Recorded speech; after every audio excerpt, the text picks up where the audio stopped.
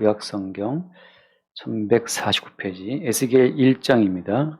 에스겔 1장 30째 해 넷째 달 초 닷새에 내가 그발 강가 사로잡힌 자 중에 있을 때에 하늘이 열리며 하나님의 모습이 내게 보이니 여호와긴 왕이 사로잡힌 지 5년 그달 초 닷새라. 갈대아 땅 그발 강가에서 여호와의 말씀이 부시의 아들 제사장 나 에스겔에게 특별히 임하고 여호와의 권능이 내 위에 있으니라. 아멘. 오늘은 에스겔 선지자가 기록한 에스겔서를 보겠습니다. 3절 말씀 보면 에스겔은 그 출신 자체가 어디죠? 갈대아 땅이지. 이건 그 바벨론 포로되어 끌려갔던 그 갈대아 땅을 말합니다. 바벨론 제사장이죠. 부시의 아들 제사장 나 에스겔. 그러니까 이 에스겔은 제사장 가문 출신이죠. 그러니까 제사장 출신은 자동적으로 제사장이 되는 겁니다. 그러니까 제사장으로 부름받은 에스겔에게 선지자의 영이 또 함께 임한 거죠. 그래서 특별히 여호와의 말씀이 임했다. 여호와의 권능이 있으니라라고 말씀하고 있습니다. 그러니까 에스겔서를 시작하면서 그 에스겔이 자기의 어떤 신분, 그 출신을 밝히는 그 이유는 그러니까 제사장적 어떤 사명이 있는 거예요. 그러니까 하나님이 그러니까 제사장이라고 하는 그 특별한 제도를 통해서 말씀하고 싶으신 어떤 언약의 내용이 있는 거죠. 그러니까 에스겔서라고 하는 것은 그 제사장 언약의 성취가 어떻게 될 것인지를 보여주는 겁니다. 제사장 언약 속에 담아두신 하나님의 그 모든 약속이 어떤 식으로 이루어질 것인지를 에스겔을 통해서 말씀하고 있다고 하는 거죠. 그것이 하나의 이제 중요한 에스겔서를 이렇게 풀어갈 수 있는 하나의 중요한 관점이 돼요. 제사장이라고 하는 것은 어떤 존재죠? 그러니까 제사장은 반드시 죽음을 통해서, 죽음을 매개로 해서만 하나님께 갈 수가 있는 존재이죠. 이스라엘 백성들을 몽땅 다 죽음 앞에 세워서 너희들은 이 죽음을 통해서만 여호와 하나님과 교통할 수 있다라는 사실을 매일매일 그 제사 행위를 통해 증거하는 자들이 제사장입니다. 그러니까 오늘 에스겔은 첫 번째로 죽음이라고 하는 것이 무엇인지를 증거해 주고 있어요. 다시 말해서 죽음을 배제하고서는 그 누구도 하나님과 교통할 수 없다는 사실을 말씀해 주고 있는 거죠. 그러니까 예를 들어서 오늘날 우리가 교회에서 죽음이라고 하는 주제를 건너뛰고 나는 살아야 되겠다. 내 병이 나아야 되겠다. 나는 잘 살아봐야 되겠다 하고 죽음을 생각하지 않고 그 뭔가 죽음을 배제한 현재 살아있다는 이 목숨에 근거한 모든 행위라고 하는 것은 다 사실은 미혹된 겁니다. 하나님과 우리와의 만남이라고 하는 것은 죽음을 그 중간에 끼지 않고서는 만남이 이루어지지가 않아요. 제가 지난 주일날 드린 말씀처럼 지금은 하나님께 우리가 나갈 수 없습니다. 하나님 우리를 만나주지도 않고 하나님께 나갔다간 다 죽어요. 다 죽는 거죠. 그래서 우리는 대신 죽으신 예수님의 죽음을 앞에 끼고 그 대신 죽으신 예수님의 죽음 안에서 하나님과 교통하게 되는 거예요. 그래서 신학적으로 말하게 되면 예수 그리스도로 말미암아 하나님께 나간다는 표현을 쓰거든요. 또 히브리서 말씀을 보자면은 그 휘장, 찢어진 휘장 그 뒤로 열어놓으신 새롭고 산 길이라는 표현을 쓰는데 아무튼 예수님이 찢겨지고 피 흘리신 그 죽음을 통해서만 하나님께 나간다는 사실을 말씀해 주고 있는 거죠. 그러니까 제사장의 언약이라고 하는 것은 죽음을 매개로 하지 않고는 아무도 하나님께 나올 수 없다는 사실을 말씀해 주고 있어요. 그래서 에스겔은 지금 포로되어 끌려온 그 이방 땅에서 하나님 말씀을 받아서 예언하고 있는 겁니다. 오늘 말씀 보면 거기 1절에 보면 30째 해 넷째 달 초닷새라고 하잖아요. 그리고 그때 이 30째라는 말 자체가 이제 말하자면 이게 약간 해석이 뭐 여러 가지가 있긴 한데 30째 해를 에스겔의 나이로 보통 보게 되면 지금 에스겔이 30살 먹던 그 넷째 달 초닷새에 어디 있었습니까 지금? 내가 그발 강가 사로잡힌 자 중에 있을 때라고 하잖아요. 그러니까 에스겔은 지금 30살 먹었는데 그때 이미 포로된 땅, 사로잡힌 그 바벨론 땅에 끌려와 있는 거예요. 그발 강가에 살고 있었는데 그때 하늘이 열린 것을 보고 하나님의 모습을 봤죠. 어떻게 보면 상당히 빠른 나이에 하나님의 어떤 그 계시를 접했다는 걸 알 수가 있고 2절 말씀 보면 2절에 요야긴 왕이 사로잡힌 지 5년 그달 쳐다쓰라라고 하잖아요. 바벨론이 3차에 걸쳐 쳐들어오는데 이스라엘 땅을 예루살렘을 그 두 번째 쳐들어와서 또 포로들을 잡아갈 때 그때 요야긴 왕과 에스겔이 포로로 끌려갑니다. 그러니까 1차 침공, 그다음에 포로 끌고 돌아가고 2차 침공 또 포로 끌고 돌아가고 3차에 완전히 다 박살나 버리고 나머지 사람들 또 끌고 가버리죠. 그래서 3번 침공을 해서 다 그때마다 이스라엘 땅에 예루살렘 땅에 유력한 사람들을 다 포로 끌고 가버려요. 그러니까 이스라엘을 재건할 만한 모든 인재들은 다 끌고 갑니다.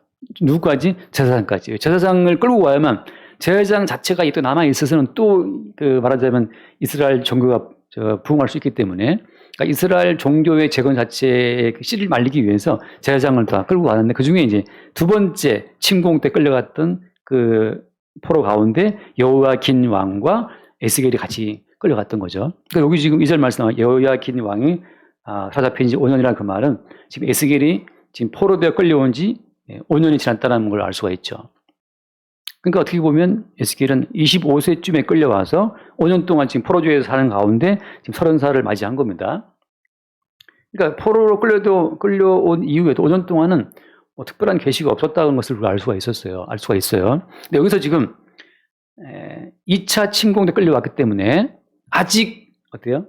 3차 침공이 남아있고 아직 또 예루살렘은 아직 덜 망했단 말이에요. 덜 망했어요. 그래서 1차 포로, 2차 포로에 끌려온 사람들이 바벨론 땅에 끌려온 이후에 이제 계속해서 어떤 희망을 품었냐 하면 우리가 비록 지금 1차, 2차 끌려왔지만 하나님은 반드시 다시 이 바벨론 제국을 때려부시고 다시 우리를 이스라엘 땅으로 귀환할 것이라고 하는 그런 믿음을 그들이 품고 있었어요. 그때 에스겔이 여호와의 말씀에 임해서 예언을 하는데 야, 포로 끌려온 이스라엘 백성들아, 다시 이스라엘 땅으로 돌아갈 것이라고 하는 그런 모든 기대를 버려라. 그래서 완전히 그들의 모든 마지막 남은 희망까지 주저앉히는 예언을 에스겔이 하게 돼요. 이게 참 여러분 아이러니하지 않습니까? 제사장이라고 하는 사람이 선지자로 부름받았다는 그 사람이 이스라엘 백성들에게 희망을 심어주고, 그죠? 지금은 고통스럽지만 다시 우리는 고국으로 돌아갈 수 있다. 그 고국으로 돌아가는 그 꿈을 이렇게 불을 지펴줬으면 좋겠는데 우리 선지자가 어떻게 하느냐? 너희들 돌아갈 수 있는 모든 기대감 버려. 우리는 망했다 하고 이제 한 번도 포로 끌려온 그 동족들에게 그들의 모든 희망을 삭제하는 그들의 모든 그 희망 자체를 싹 회수하는 그 예언을 하게 돼요. 완벽한 죽음이죠. 완벽한 죽음을 선언합니다. 이게 그러니까 제사장 언약의 핵심은 바로 무엇이냐? 완벽한 죽음이에요. 완벽한 죽음. 왜 완벽한 죽음입니까? 완벽한 죽음만이 완벽한 소망으로 이어져요. 예수께서 우리에게 주시겠다고 약속하신 생명이라고 하는 것은 제가 누누이 말씀드리지만 현재 우리의 목숨을 계속 이어붙이는 그런 생명이 아닌 거예요. 오늘 낮에 점심 식사를 식당에서 이제 같이 다른 분들하고 이제 이렇게 하는데 그 TV에서 무슨 뭐 국민의힘인가 거기서 이제 무슨 또 새로운 무슨 대표를 뭐 세운다고 여기 나오더라고. 근데 내가 이름을 딱 들어보니 그 사람 옛날에 민주당에 있던 사람인데 어떻게 국민의힘 또 이쪽으로 오나 싶은 생각이 드는데, 근데 네, 어서오세요. 근데 그 자막에 이렇게 나와요. 새 술은 새 부대. 제가 그걸 보고 참 웃었어요. 그 새 술은 새 부대에 성경에 나오는 이야기잖아요. 예수님 하신 말씀인데 새 술은 새 부대에 담아있는 그 말씀인데 지금 그 정당 대표 세우는 그 일에 그 말씀을 갖다 썼는데 뭐가 새 술입니까? 다시 말씀드리면 무엇이 생명이죠? 생명이 뭐예요? 현재 우리의 이 목숨을 해서 이어붙이는 게 생명입니까? 막 죽어가던 우리의 이 목숨의 불씨를 다시 또 살려. 호흡기 끼우고 심장 막 그 박동기 해서 막 다시 살아났어. 그럼 그게 생명이냐 말이죠. 우리의 이 목숨은 아무리 덧대고 또 기어붙여도 이것은 낡은 생명, 낡은 목숨이잖아요. 주님께서는 이 낡은 목숨을 계속 덧대고 잊고 산소호흡기 끼워서 또 이어가고 말이죠. 무슨 또 신장 갖다 끼워서 그런 걸 약속하신 게 아니고 현재 우리 목숨 자체를 완전히 죽이시는 거죠. 완전히 죽인 그 다음에 이 죽음 건너편에 준비된 새로운 생명을 주시겠다라고 하는 그게 세술이고 주님 말씀은 생명이에요. 그러니까 지금 제사장 언약의 핵심 바로 뭐냐? 완벽한 죽음으로 우리를 인도하는 거죠. 이제 우리는 끝났구나. 완전히 죽었구나 하는 그 죽음 속에서만 비로소 하나님이 준비하신 새로운 생명이 주어지는 겁니다. 아직 신에게 12척의 배가 있습니다. 그건 덜 죽은 거예요. 아무것도 없어. 잠깐 대화했지만 아무것도 없고 계약도 아무것도 안 됐는데 심지어 전에 했던 계약마저 취소가 들어왔단 말이죠. 환불해달라, 환불 요구한다 그 상황처럼 12척 남아있는 것마저 다 깨져갖고 아무것도 없는 상태. 그게 성경에서 말하는 생명이 우리 가운데 주어지기 직전의 준비 상황이에요. 우리에게 있는 목숨 자체가 완전히 끝났을 때, 아무것도 없을 때, 성경에서 말하는 예수님의 생명은 현재 우리 남아있는 이 지저분하고 이 빌빌대는 이 연약한 목숨을 그거를 이어붙이고 또 뭡니까 그 짜깁기 않는 그런 목숨이 아닌 거죠. 이게 한편은 우리에게 어떤 속 시원하게 다가올 수 있길 바라요. 하나님은 이미 내가 아파서 비빌대는 이 몸 자체, 매일 병원에 가서 또 진찰하고 추적 관찰하고 이렇게 해야 되는 이 목숨을 이어붙이기 위한 생명을 말씀하신 것이 아니고, 너희들은 그렇게 빌빌대면서 니들의 목숨이 죽음 속에 있다는 사실을 좀 모르냐 말이죠.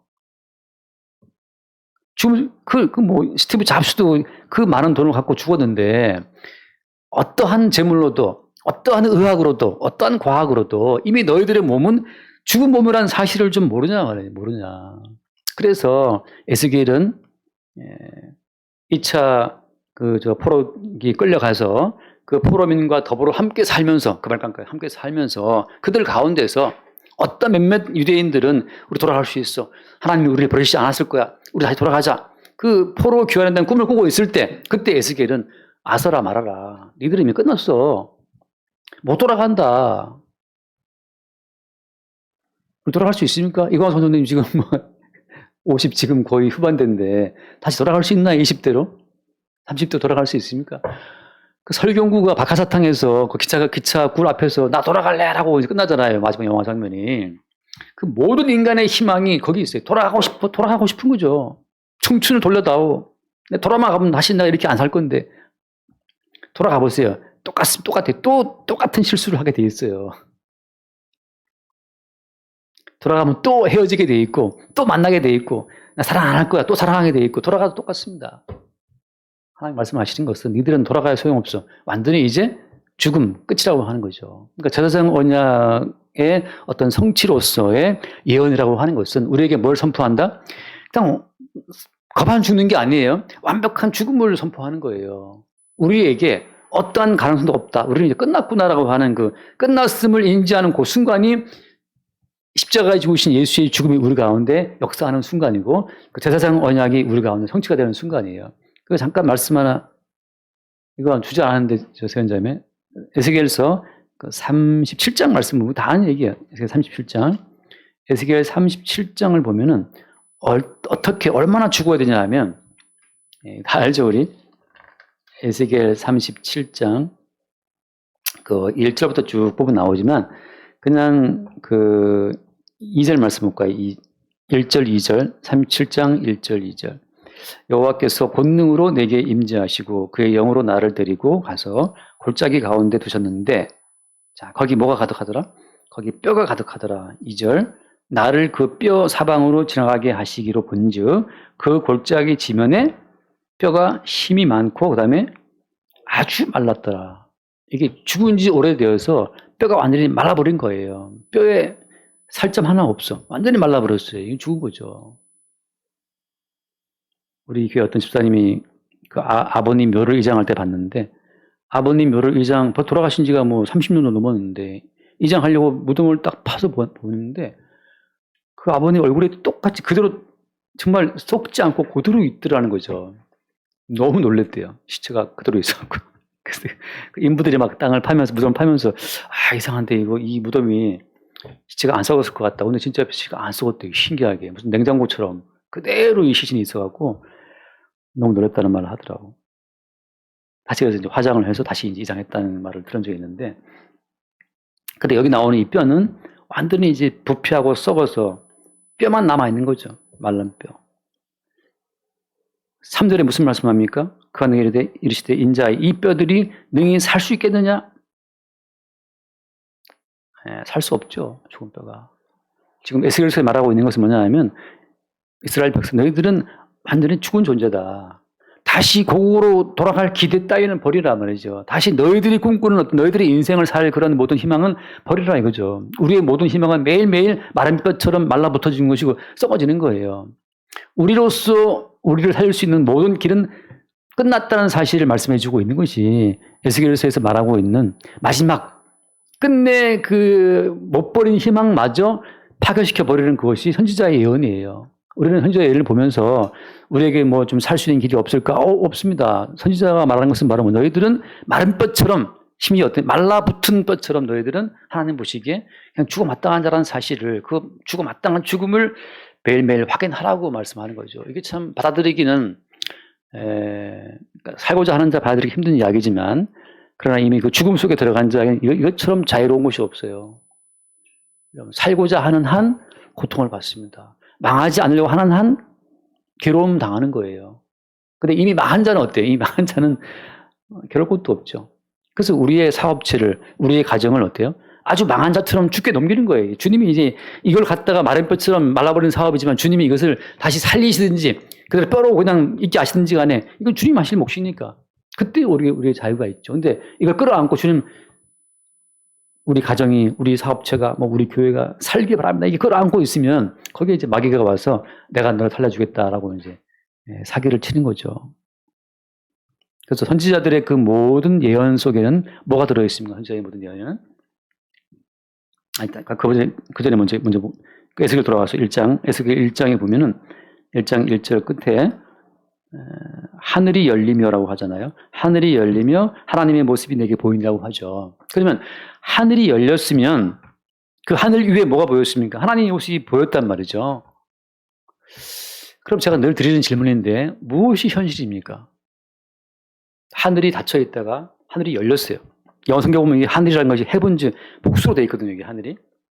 사도 바울이 갔다 왔다는 건 3층 천, 셋째 하늘이라고 하는 건데 이 셋째 하늘까지 뚫고 올라가 보니까 그 위에 뭐가 하나님이 계시는데 현실은 뭡니까? 현실은 하늘 아래 이것이 현실이냐? 그렇지 않다는 거예요. 뒤집어 말하면 하늘 아래 우리가 아는 모든 삶은 하나의 환상이고 하나의 허상이라고 하는 거예요. 현실은 뭐냐? 현실은 하늘 위에 있어요. 하늘이 열리니까 그 위에 하나님 모습이 보이고 하나님의 그 모든 말씀이 하나하나 현실이 되어서 우리 가운데 닥쳐오는 거죠. 말씀이 현실로 다가오게 되면 허상과 환상에 빠진 우리의 이 가짜 현실이 붕괴되면서 우리는 진짜 현실을 살게 돼요. 가짜 현실은 뭐냐? 내 지혜로, 내 힘으로 살아보겠다고 아둥거리는 것이 이게 가짜 현실이에요. 왜 가짜 현실입니까? 아무리 살아보려고 애를 써도 어떤 인간도 지금까지 살아있는 인간이 없어요. 어떤 인간도. 누가 살아있습니까? 12척의 배를 갖고 싸웠던 이순신이 살아있어요? 아니면 뭐 선조가 살아있습니까? 이건희가 살아있습니까? 잡수가 살아있습니까? 지금 살아있다는 모든 사람들 앞으로 플러스 50년 붙이면 이 땅에 아무도 저도 없겠죠. 나 갖다 묻든지 불태워갖고 저도 뭐 정춘화의 묘 하나 있을지 모르겠지만 누가 알긴 하겠어요? 정춘화가 죽건 말건. 살아있다는 것은 그래서 꿈 같은 거죠. 꿈 같은 거. 현실은 뭐냐? 이 인간에게 마른 뼈 같은 죽음을 선고하시는 하늘 위에 하나님의 세계만이 현실이에요. 성경을 펼치면 그래서 계속해서 말하는 것이 뭐냐? 그 살고자 하는 너희들아, 너희들은 이미 사실은 허상 속에 있다. 그래서 지금 하나님께서 이스라엘 백성들을 몽땅 옮겨서 바벨론 땅 포로대에 끌고 간 그 포로지에 살게 하고 나서 거기에 또 누굴 투입합니까? 에스겔을 또 투입해서 살기를 바라는 이스라엘 백성들아 돌아갈 기대를 버려. 너희들은 끝났다. 그럼 매일매일 죽음을 선언하는 거예요. 이 매일매일 죽음을 선언하는 이 선언 자체가 이게 오늘날 누구의 사역입니까? 이것이 오늘날 성령의 사역이고 이게 성령의 은사를 받은 사도와 선지자와 복음 전하는 자, 목사와 교사들의 사역이어야 되는 거죠. 교회의 사역에 바라면 교회의 사역은 뭐냐? 교회의 사역은 매일 죽음을 선언하는 거예요. 죽음을. 그럼 어떻게 살란 말입니까? 니들이 살려고 하지 않아도 주께서 우리를 살게 하신다는 거죠. 나는 내가 살고 싶은 삶이 있어라고 외치는데 그것이 바로 어디에 미혹된 자들의 사고방식이라고 하는 거예요.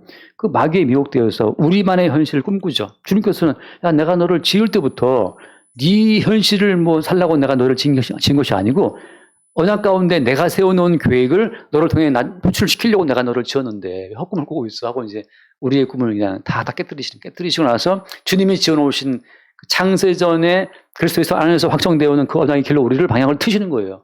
방향을 틀어요.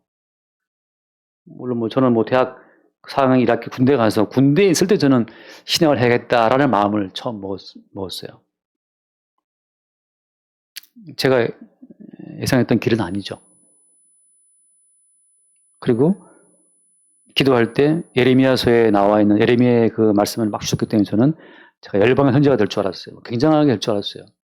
굉장한 선지자라고 될 줄 알았는데 지금 여기 이제 조그만 공간에 있잖아요. 그래서 이게 뭔 일인가 싶은데 한번 너무도 감사해요. 아무리 큰 공간이라 하더라도 그것이 뭐예요 이게? 그게 허상의 세계예요. 현실을 아는 자의 어떤 그 담담함, 담대함, 그 평안함이 그게 성도의 자랑이죠. 이 허상의 세계에서 우리가 TV 드라마에서 왕의 역할을 했다고 해서 실제 그의 삶도 왕의 삶입니까? 그건 아니잖아요. 이 땅에서의 모든 삶은 남들이 볼 땐 와 부러워할지 모르지만 다 그들에게 무자비한 어떤 지학에 따라붙는 갇힌 자들의 삶이에요 사실은. 그래서 허상인 거죠. 그래서 왕이 되어도 행복하지가 않고 지난주에 내가 드린 말씀처럼 영졸은 왕이지만 자기 아들을 뒤주에 넣어 죽이잖아요. 왕인데 아들을 뒤주에 넣어 죽여야 되는 그 비극의 주인공이 된다고요. 그게 웃기지 않습니까? 영조 때 유수원이라는 학자가 있었는데 유수원이라고 되게 똑똑한 사람이에요. 근데 집안 출신이 너무너무 좀 한미해서 출세를 못했어요. 설상가상 이 사람이 풍토병 때문에 귀가 먹어버렸어요. 그래서 이 사람이 아는 게 많으니까 책을 썼는데 그 책을 읽은 다른 사람들이 천거를 해서 영조가 불러갖고 필담을 주고받았죠. 근데 이제 영조가 보기에도 얘가 너무 똑똑한 거야. 그래서 얘를 높은 지위에 앉히고 나라의 일을 맡겨요. 근데 너무 재밌는 것은 출세를 하고 나서 개혁 정책을 펴려고 그럴 때 영조 때니까 이제 거의 후기잖아요, 후기. 다른 수없이 많은 다른 신하들이 시샘을 해가지고 모함을 해서 반역죄를 뒤집어 쓰고 그 뭐라 합니까? 능처참? 팔다가 다 찢겨 죽인 그 능처참을 당해요. 능처참을 당하고 그 아들들은 몽땅 다 교수형을 시켜버립니다. 제가 그걸 보면서 너 왜 출세를 했어? 왜 출세해서 너도 다 사지가 찢겨 죽이는 죽임을 당하고 네 아들들은 너 때문에 교수형 당해 죽는 그 비극을 왜 연출하냐고. 높아진다고 하는 것이, 출세한다고 하는 것이, 이 땅에서 큰 배역을 만다고 하는 것이 얼마나 그게 허망한 겁니까? 출세 못했을 때는 한면 집안을 탓하면서 한탄하면서 세월을 보내다가 이제 좀 실력이 있으니까 드러나니까 이제는 그 반대자들에 의해서 모함받아갖고 그렇게 죽는 그 모습이 인간은 어떻게 살아도 그게 비참한 거예요. 가난하게 살아도 괴롭고 부자가 되어도 괴롭습니다. 이 땅 자체가 하나님의 저주를 받고 추방된 땅이기 때문에 우리가 추구하는 것처럼 돈이 많으면 행복할까요 정말? 그게 아니라니까요. 허상이에요. 주님 말씀처럼 먹을 것과 입을 것이 있은즉 족한 줄로 알라. 그 말씀 그대로 오늘 내게 먹을 것이 있으면 이게 뭐 감사죠. 그래서 오늘 차 타고 이제 저기 좋은 차를 타고 좋은 걸 먹으러 가면서 제 속을 생각할 때 야, 이게 무슨 출세냐 말이죠. 제 느낌 혼자 생각에. 이게 무슨 호강이냐 말이에요. 이렇게 좋은 차를 타고 5,500만 원짜리 차를 타고 말이지. 그리고 뚜껑 열리는 차잖아요. 그 차를 타고 그 한 끼에 뭐 아까 얼마였습니까? 뭐 그 비싼 먹으면서 이게 웬 출세예요. 호강이죠, 호강.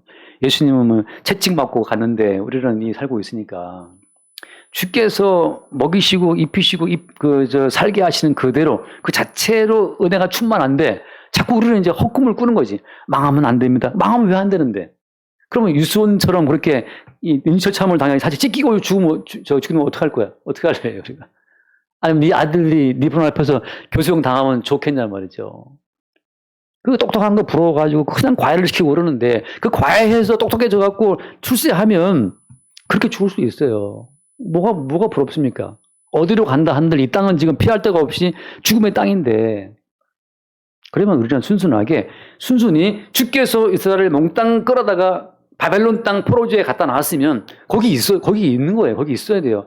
거기 있어서 어때요? 거기 있어서 탈출구는 하늘로부터 주어지는 겁니다. 하늘로부터. 하늘문이 열려야 탈출구가 있는 거지, 지상에서는 어디를 가든지 탈출구가 없어요.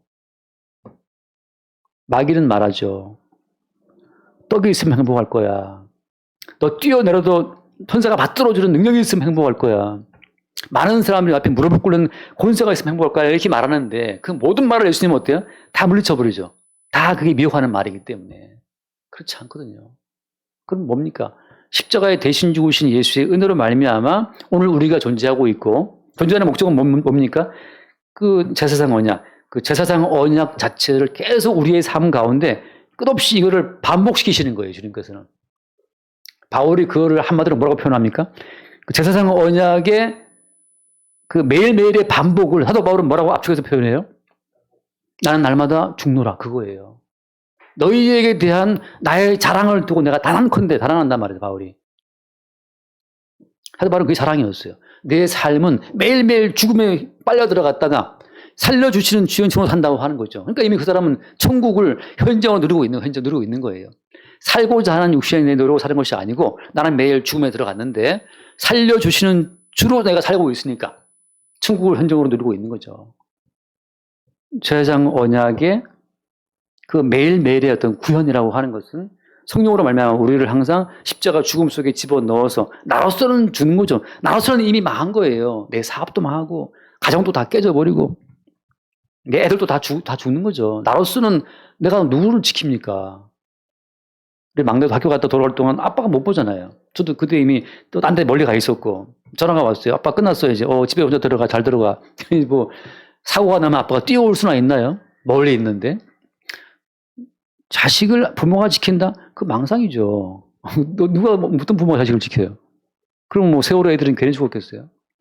좀 인간이 깨달아야 되는데, 부모의 내 어떤 열정으로도 내 아이를 못 지키는 사실을 알아야 되는데 부모들이 허상에 빠져 있는 거죠. 부모가 못 지킬 수 있는 것처럼.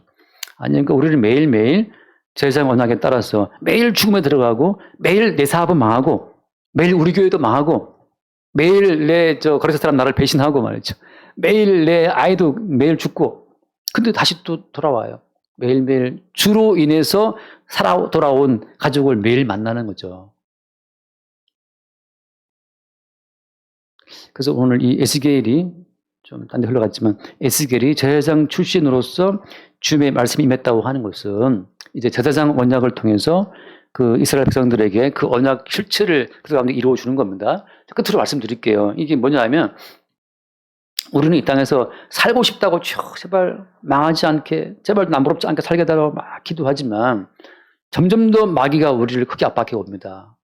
하나 가지면 우리는 둘 기도하고, 둘 가지면 셋 기도하게 돼 있어요. 네 가지면 5개, 10개를 기도합니다. 왜? 인간의 욕망이 그렇게 돼 있기 때문에.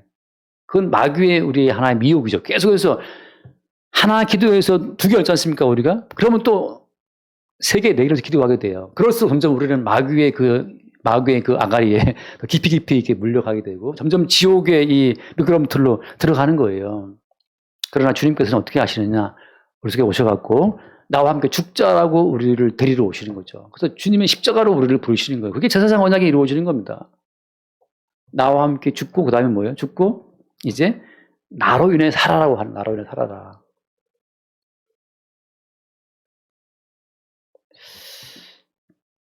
그래서 저는 그게 감사해요. 예수님께서 이 땅에 오셔서 그 예수님이 마지막 십자가에 죽으실 때, 그때 십자가에 못 박혀서 이 못을 뽑고 말이죠. 뛰쳐 내려와서 그때 그 못 박은 자들을 다 때려 부수고 죽이고 복수하면서 주의 나라를 세우신 게 아니잖아요. 그냥 죽어버렸어요. 죽어버리고 옆에 강도 어때요? 같이 죽는 거죠. 같이 죽어요.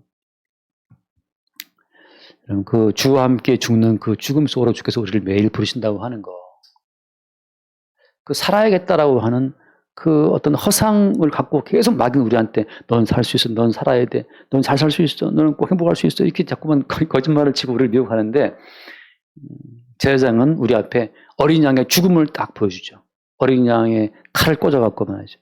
가죽을 벗기고 피를 딱 쏟아가지고 내장을 다 긁어내고 그 고기를 다 이게 각도갖고 불로 태우면서 이게 바로 하나님 앞에 너희들의 본래의 진실된 모습이라는 사실을 그 사실을 매일 보여주는 게 그게 제사장이에요.